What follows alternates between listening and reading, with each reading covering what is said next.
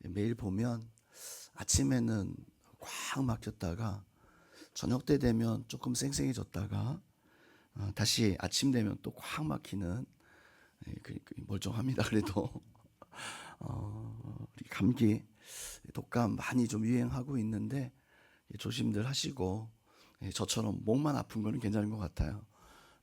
좀 한절기에 감기들 조심하시기를 바랍니다. 자, 오늘 말씀의 제목은 풍랑을 만날 때라는 제목입니다.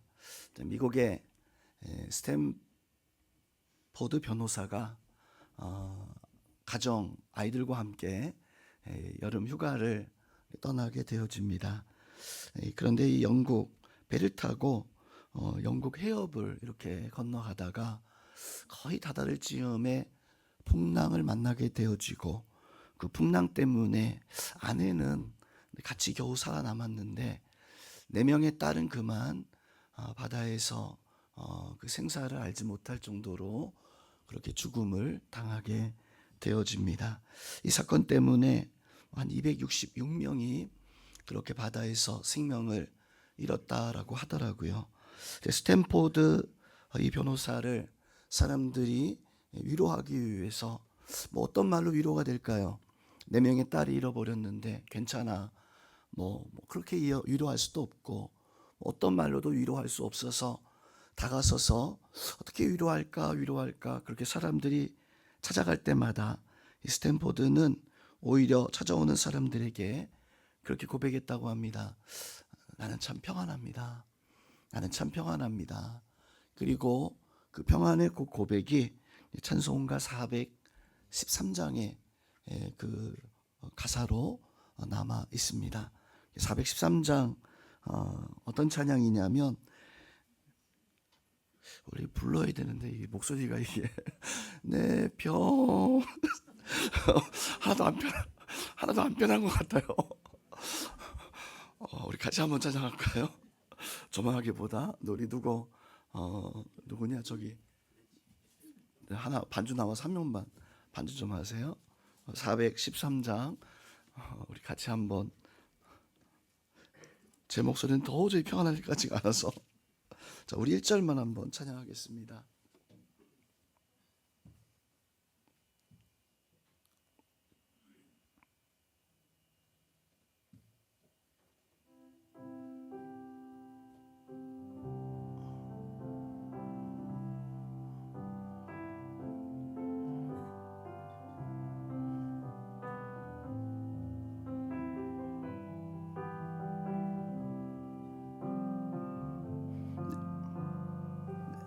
영에 타나여 늘 잔잔한 것 같든지 큰 풍파로 무섭고 어렵든지 나의 영혼은 늘 평안해. 내 영혼 평안해. 내 영혼 우리 다시 한번 찬양합니다. 내 평생에 가는 길 순탄하여 늘 잔잔한 같든지 큰 풍파로 무섭고 어렵든지 나의 영혼은 늘 편하다. 내 영혼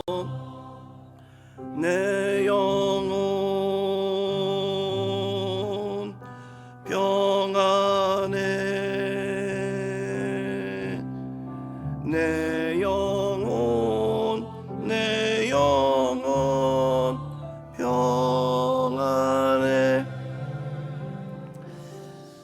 감사합니다. 우리 옆에 있는 분들 보면서 한번 축복합니다. 당신의 영혼은 참 평안합니다.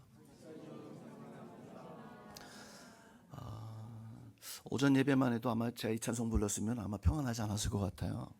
조금은 그래도 목이 가라앉아서, 이 찬송 부르면서 저는 스탠포드가 어떻게 이 찬송을 부를 수 있었을까, 어떻게 사람들에게 내 영혼 참 편안합니다 라고 이렇게 이야기할 수 있었을까.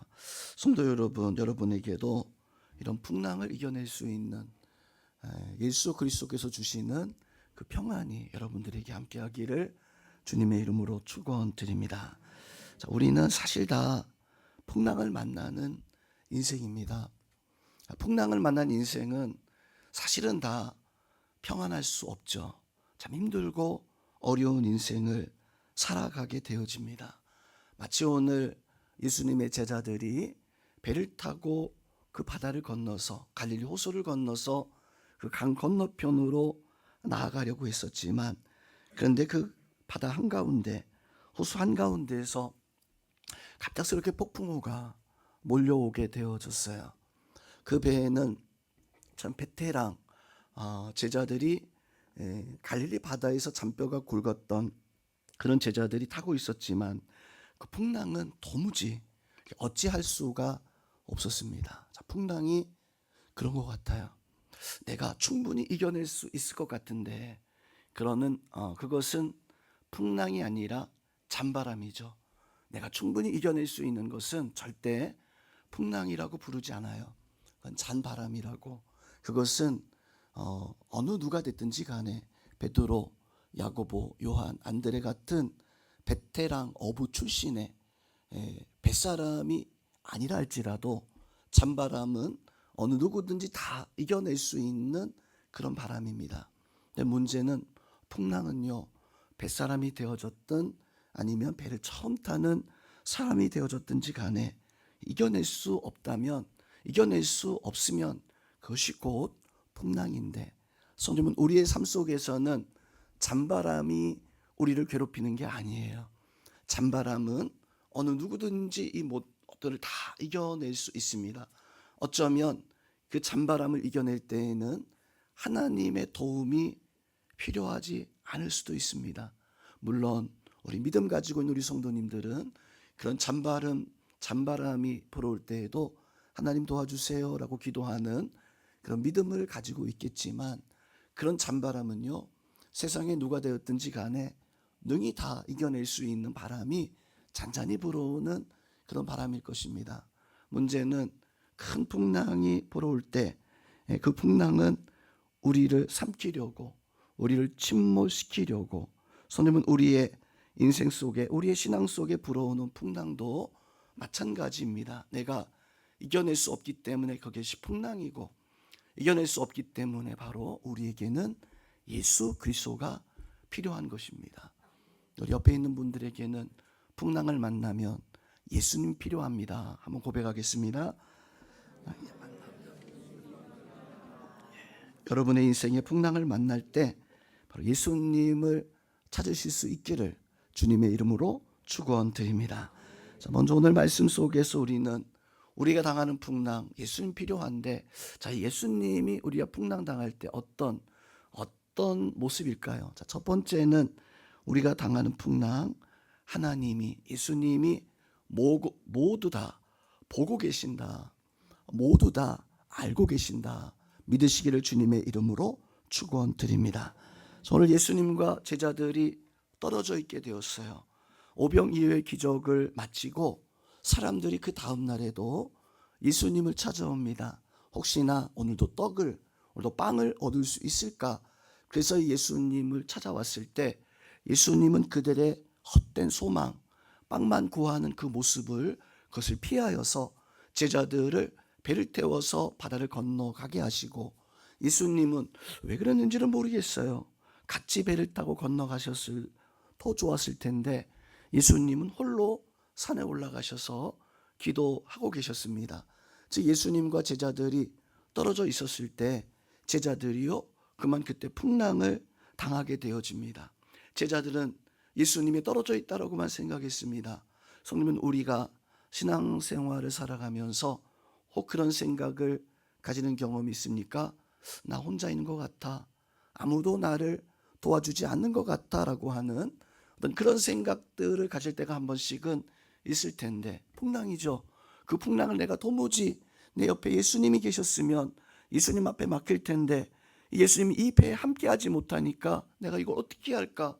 내가 이겨내려고 해도 아무리 애써도 이겨낼 수 없는데라고 하는 그런 절망감이 빠져있는 그런 순간순간, 오늘 제자들도 마찬가지였습니다. 그 배에는 예수님이 타고 계시지 않았거든요. 제자들만이 그것을 이겨내고자 아무리 애를 쓰고 애를 써도 이제 도무지 이겨낼 수 없는 그런 풍랑이 제자들을 삼키려고 죽이려고 그렇게 달려드는 그런 상황 속에 있었습니다. 성도 여러분, 이런 상황 속에 예수님 뭐 하고 계셨을까요? 우리가 그런 풍랑을 당할 때 하나님은 뭐 하고 계셨을까요? 오늘 말씀에서 보니까 하나님이, 예수님이 뭐 하고 계시는가라고 하는 것을 알 수가 있습니다. 우리 48절 말씀을 한 번 더 합독하겠습니다. 48절 합독합니다. 바람이 거스름으로 제자리 힘겹게 놓아졌는 것을 보시고 밤 사경쯤에 바다 위로 걸어서 그들에게 오사 지나가려고 하시매. 예수님 뭐 하셨습니까? 제자리 힘겹게 노를 젓고 있는 것을 어떻게 하셨다고요? 보시었다. 그렇습니다. 예수님은 제자들과 떨어져 계셨지만 오늘 말씀에서 보니까 제자들이 힘겹게 노를 저으면서 이겨내고자 애쓰고 있는 그 모습을 예수님께서는 보시고 계셨어요. 선생님은 우리가 풍랑을 만나서 싸울 때 믿으시기 바랍니다. 하나님은 그 모습을 다 보고 계신다. 내가 힘들고 내가 어려운 순간에 있는 것을 예수님은 다 보고 계신다. 보고 계시는 예수님이 나를 찾아서 나를 도와주시려고 오고 계시는 그런 은혜가 있음을, 예수님 분명 산 위에 계셨어요. 산 위에 계셔서 제자들과 멀찌감치 떨어져 있었던 것 같은데, 제자들이 예수님이 나와 떨어져 있다라고 생각했었지만, 그때는 오늘 성경의 말씀에서 보면 밤 사경쯤이다. 밤 사경이라고 하는 시간은 우리나라 시간으로 바꿔서 말한다면 새벽 3시에서 5시 정도 사이의 시간입니다. 아마 그 시간은 정말로 우리가 깊은 잠이 든 그런 시간일 것 같아요.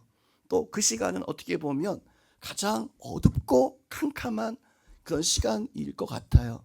또 그 시간은 밤이면 앞이 잘 보이지 않는, 특히나 바다의 물 위에 제자들이 풍랑을 만났으면 일기가 분명히 좋지 아니했을 텐데, 예수님은 성도 여러분 그 밤 사경에 새벽 3시 5시의 이 시간에 예수님께서는 제자들이 어떤 모습을 하고 있는가, 어떤 힘겨운 싸움을 하고 계시는가라고 하는 것을 예수님은 다 보고 계셨다라고 이렇게 말씀을 해주고 있습니다. 자, 우리는 하나님이 우리의 풍랑 싸우고 있는 것을 하나님 다 알고 계시고 보고 계신다는 믿음 가지고 있는 그 사람에게 얼마나 하나님의 큰 은혜와 역사와 도우심, 하나님의 붙잡으심이 있다라고 하는 사실을 우리 알아야 됩니다. 우리 성도님들은 풍랑 속에서 예수님이 나와 떨어져 있는 것이 아니라 나와 함께 하시고 나를 보고 계시다라고 하는 그 사실을 믿으시기를 주님의 이름으로 축원드립니다. 옛날에 초등학교 때 그때는 이제 운동회를 하게 되어지면 요즘 운동회는 그냥 부모님들도 가나요? 가는 것 같기도 하고 그런 것 같기도 한데, 제가 전에 주일학교 삼성초등학교나 우리 화창초등학교나 체육대회 할 때 가서 보면 그냥 부모님들 엄마들이나 와서 막 박수치면서 응원해주는 그 정도의 모습은 봤는데요. 제가 어렸을 때는 그 운동회가 그 도시의 잔치날이었었어요. 저희 집이 그 당시에는 조그만 슈퍼 구멍가게 같은 것들을 하고 있었는데, 운동회 하는 날이면 새벽에 어머니 아버지가 일어나셔서 한 2시 3시 일어나셔서 가게를 다 옮깁니다. 가게를 다 옮겨요. 거기 아이스크림부터 시작해가지고 모든 걸 다 옮겨놔야 돼. 왜요? 대박이니까. 그날 장사해야 되니까 가져나가는 거의 다 팔리잖아요. 다 옮겨놓습니다. 그러면 저도 일어나가지고 조금 뭐 도와주고 뭐 그러면서 자는 둥 마는 둥 그렇게 운동회를 또 그 당시에는 이제 빨간띠 빨간띠 아니라 백띠하고 청띠 다 메고 청군 이겨라 백군 이겨라 하면서 응원도 열심히 하고 아마 지금 살짝 웃으시는 분들은 정말 그땐 그랬는데 지금 운동회 하면 그때처럼 했으면 참 신날 것 같은데 그때 운동회 하면서 아이들이 꼭 한 가지씩 하는 게 있었습니다. 뭘까요? 안 해보셨어요? 우리 장로님 후보 되시는 분들 오재미 던지는 거 그런 것도 많이 꼭 한 가지씩 그거는 뭐 학년별로 이렇게 하는데 전 학년이 한 번씩 다 하는 게 한 가지 있습니다. 뭡니까? 달리기요. 달리기는 저희 학교가 한 700명 정도 됐는데 700명이 다 한 번씩은 해야 돼요. 저도 달리기를 하는데 지금 몸이 뚱뚱하고 그렇지만 어렸을 때는 참 빨리 그래서 제가 1학년 때부터 6학년 때까지 한 번도 1등을 놓친 적이 없습니다. 진짜예요. 한 번도 놓친 적이 없어요. 딱 한 번 있었어요. 한 번이 언제냐면 아이들하고 이 기마장 같은 거 하다가 그만 꽈장 넘어지는 바람에 무릎이 그냥 까졌습니다. 무릎이 까져서 그 당시 추리닝이 헝겊 같은 발목이 이렇게 툭 튀어나오는 추리닝 있잖아요. 그 당시 추리닝 그런 거 입고 이제 운동회 하는데 무릎이 까져서 피가 나는데 이게 피가 멈추려면 좀 가만히 앉아서 멈출 때까지 기다리고 그래 지혈이 되는데 계속해서 뛰어다니니까 이게 지혈이 안 되는 거예요. 달리기 할 때 그 달리기 하는 그 자리에서 이게 피가 계속해서 나오는 상황에서 한쪽 다리는 피가 피투성이가 돼가지고 그리고 이제 달리기 선상에 떴습니다. 다 이제 부모님들이 우리 딸들 우리 아들들 달리기 한다고 다 거 와서 막 박수 치시고 그리고 막 응원하잖아요. 저도 100m 달리기 할 때 엄마 나 오늘도 1등 할 거니까 꼭 와 있어야 돼 하고 피 흘리는 그 상황 속에서도 달리기를 했습니다. 근데 그때 1등을 놓친 거예요. 얼마나 속상합니까? 1등 놓쳤으니까. 근데 더 속상한 게 뭐였냐면 어머니가 안 오신 거예요. 그 자리에 피를 뚝뚝 흘리고 있는데 그래서 피 흘리면서 거기 가가지고 보니까 어머니가 이거 싸요 하면서 팔고 있어서 아들이 달리기하는 것도 중요하지만 장사하는 것도 중요하다 보니까 가자마자 그 앞에서 제가 와 하면서 울어버렸습니다. 나 이렇게 아픈데 왜 나 안 알아주냐 하면서 막 울었던 적이 있었습니다. 아마 그때 우리 엄마가 아들이 무릎이 까져가지고 피가 철철 나고 있는데 그래도 엄마가 달리기 하는 그 모습 박수 치는 거 좀 그거 엄마가 봐주겠지 하는 마음으로 달리기 선상에 거기서 열심히 뛰고 있었다면 엄마는 왔을까요? 안 왔을까요? 왜 대답을 못하세요? 왔을까요? 안 왔을까요? 왔죠, 당연히요. 엄마 보여주겠다고 피 흘리면서 달리겠다는데 왔겠죠. 근데 저희 어머니는 죄송하지만 예수님이 아니었습니다. 예수님이면 보셨겠지만 예수님이 아니셨어요. 성도 여러분, 하나님은 우리가 어떤 지경에 있는지 어떤 모습을 하고 있는지 보고 계십니다. 내가 위험한지 내가 위험하지 않은지 그걸 보고 계셔요. 그래서 내가 위험할 때 반드시 찾아오시는 분이 바로 우리 예수님이십니다. 여러분이 풍랑을 만날 때 그래서 우리는 예수님을 찾는 예수님 앞에 기도할 수 있는 그런 모습이 바로 우리 가운데 있어야 됩니다. 그네가 여러분들 가운데 있기를 주님의 이름으로 축원드립니다. 두 번째, 예수님은 반드시 어디가 되든지 간에 찾아오신다라고 하는 거예요. 우리 한번 옆에 있는 분들하고 한번 축복합시다. 예수님 반드시 오십니다. 자, 오늘 말씀을 보세요. 예수님 반드시 오시는데 문제는 거기가 지금 어디예요? 바다 한가운데 배에서 지금 막 싸고 있는 제자들 생각에는 예수님이 우리를 보고 계셔. 엄마가 아빠가 우리를 보고 계셔. 그래서 엄마가 아빠가 그래 엄마 아빠는 못 와도 예수님 반드시 오실 거야 라고 하는 그 자리가 하필이면 어디였냐면 바다 한가운데였었어요. 성도 여러분, 바다 한가운데는 누가 찾아올 것이라고 하는 소망을 가질 수가 없는 곳이었습니다.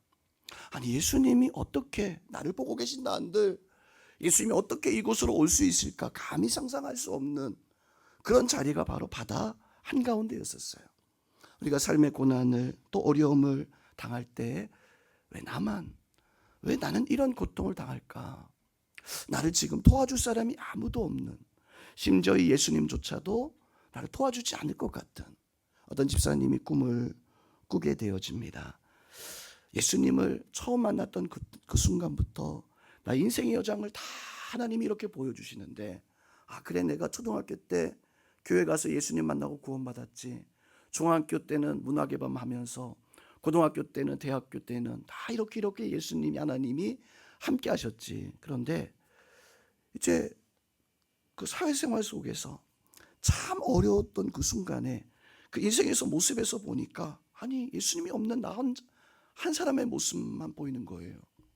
그 순간에 가만히 생각해 보니까 내가 정말 어렵고 힘들었을 때, 정말 그때 하나님이 날 도와주었으면 내가 능히 이 모든 것들을 이겨낼 수 있을 것 같은 그 순간에, 아니, 그때 예수님, 하나님, 아니, 왜 그때 나를 그때 혼자 두셨습니까? 그때 예수님 도와주었으면 내가 정말 성공했을 텐데, 내가 승리했을 텐데, 딱 그 순간에 아니, 나 혼자 있는 모습만 보이는 거예요.